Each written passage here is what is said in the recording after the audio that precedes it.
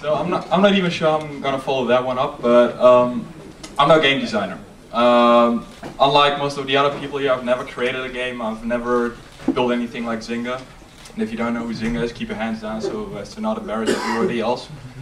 But I am a game experience researcher. I've spent many hours and days and even weeks collecting knowledge data of games and of worlds that sadly, in most cases anyway, do not exist.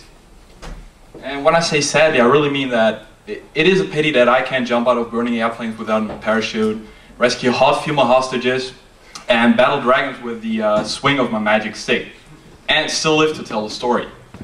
But I've learned something from games, and that is that gaming means if you game correctly, everything becomes possible. You just have to believe in it. You will fail at first, try again, just have the guts to do it.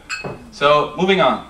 Let me start out with something most of the other speakers will probably agree on with me, and that is that games have the power to irrevocably change the world. In fact, games are changing the world right now.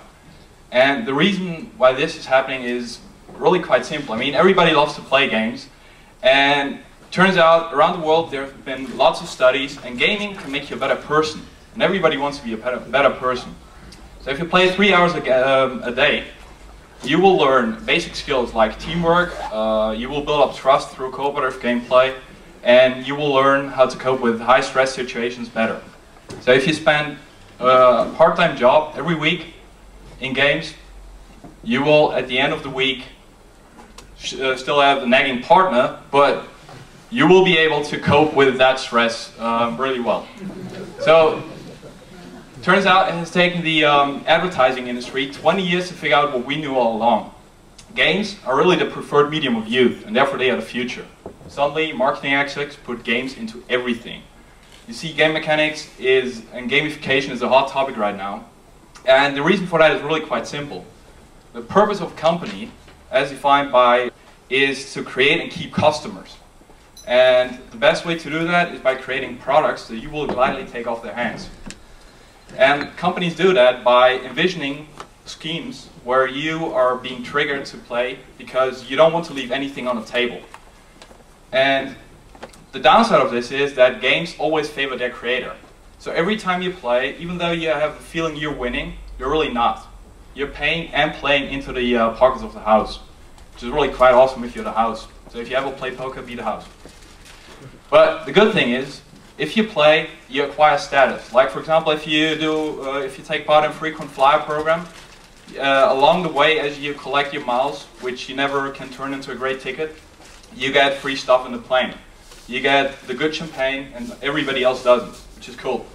Add to that the fact that games are universal, and every culture around the world loves to play games, and you can see how it makes sense for marketing people to apply game mechanics to everything, and how your local coffee shop will put up a leaderboard depending on the revenue you generate.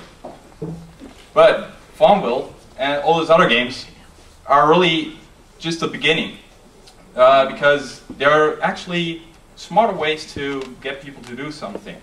And one of my personal favorites is a game called Urgent Evoke, where actual people work on actual projects and they try to come up with innovative solutions to them.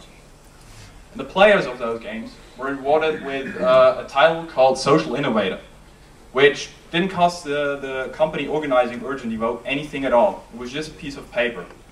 In return, though, 1%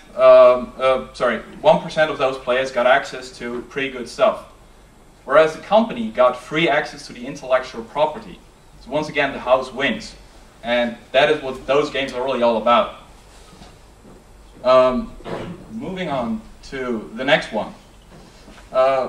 When you think about gamification, you can monetize, I'm just going to say you can monetize the shit out of it, but you should really use it to create a better world by getting people to play more games, because that is what it's all about.